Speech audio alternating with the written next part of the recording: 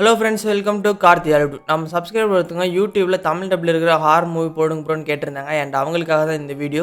இந்த படத்தோட நேம் பார்த்தீங்கன்னா ட்ராக் மீ டு ஹெல். இந்த படத்துக்கு IMDb 6.6 ரேட்டிங் கொடுத்துருக்காங்க.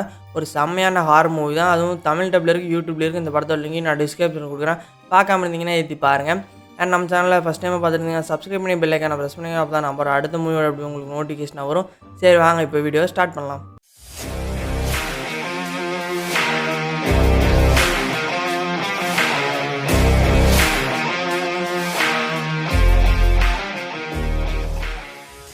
ட்ராக் மீ டு ஹெல் 2009 இந்த படம் ரிலீஸ் ஆயிருக்கு. இந்த படத்தோட ஆன்லைன் ஸ்டோரி பார்த்தீங்கன்னா, நம்ம ஹீரோனி ஒரு பேங்க்ல வேலை செஞ்சுட்டு இருப்பாங்க. அசிஸ்டன்ட் மேனேஜர் போஸ்டிங்காகவும் வெயிட் பண்ணிட்டு இருப்பாங்க. அந்த சமயத்தில் ஒரு வயசான அம்மா பேங்க் வந்து நம்ம ஹீரோனிட்ட என் வீட்டு கடனை கொஞ்சம் தள்ளி போடுங்க, பணம் கொடுக்குறக்கும் எனக்கு கொஞ்சம் டைம் தாங்க அப்படின்னு கேட்பாங்க. ஆனால் இதுக்கு என் மேனேஜர் ஒத்துக்க மாட்டாங்களே அப்படின்ட்டு நம்ம ஹீரோனி சொல்கிறாங்க. ப்ளீஸ் எனக்காக கேட்டு பாருங்கன்னு அந்த அம்மாவும் சொல்கிறாங்க.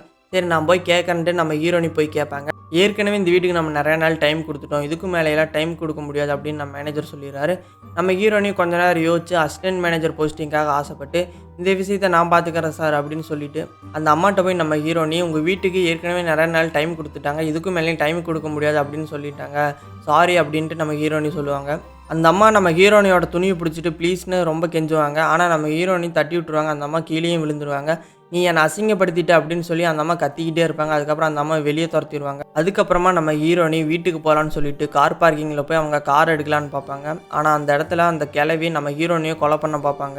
அதில் தான் நம்ம ஹீரோனிக்கு தெரிய வரும் இது ஒரு சூனியக்கார கிளவி அப்படின்னு.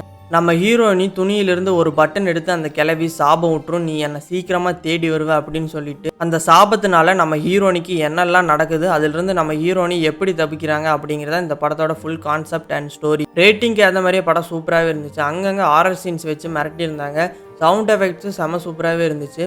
கண்டிப்பாக உங்களுக்கு ஒரு செம்மையான ஹாரர் மூவி பார்த்த ஃபீலிங்ஸ் இந்த படம் கொடுக்கும். படத்தில் ப்ளஸ்ன்னு பார்த்தீங்கன்னா ஸ்டோரி லைன் பார்க்க சூப்பராகவே இருந்துச்சு. Horror scenes and sound effects எல்லாம் செம்மையாகவே இருந்தது. மைனஸ் எல்லாம் பார்த்தீங்கன்னா சொல்கிற அளவுக்கு எதுவுமே இல்லை. பட் ஹாரர் சீன் வச்சுருந்தாங்க, சூப்பராகவே இருந்துச்சு. அது இன்னும் செம்மையாகவே பண்ணியிருக்கலாம் அப்படின்னு தான் தோணுச்சு. மற்றபடி குறை சொல்கிற மாதிரிலாம் எதுவுமே இல்லை. ஆனால் நீங்கள் காஞ்சூரி ஈவில் டெட் அளவில் எக்ஸ்பெக்டேஷன் வச்செல்லாம் பார்க்காதீங்க. ஒரு செம்மையாக சூப்பராக நார்மலான ஹாரர் மூவி பார்க்கணும்னு நினச்சிங்கன்னா கண்டிப்பாக இந்த படம் உங்களுக்கு சூட் ஆகும். ஓகே ஃப்ரெண்ட்ஸ், நம்ம சேனலில் ஃபஸ்ட் டைமாக பார்த்துக்கிட்டிங்கன்னா சப்ஸ்கிரைப் பண்ணி பெல் ஐக்கானை ப்ரெஸ் பண்ணிங்க. அப்போ தான் நம்ம அடுத்த வீடியோ உங்களுக்கு நோட்டிஃபிகேஷனாக வரும். இந்த வீடியோ பிடிச்சிருந்தாலும் இந்த வீடியோக்கு ஒரு லைக் கொடுத்துருங்க, அது எனக்கு ஒரு மோட்டிவேஷனாக இருக்கும். நெக்ஸ்ட் இன்னொரு மூவியில் உங்களை சந்திக்கிறேன். டாட்டா.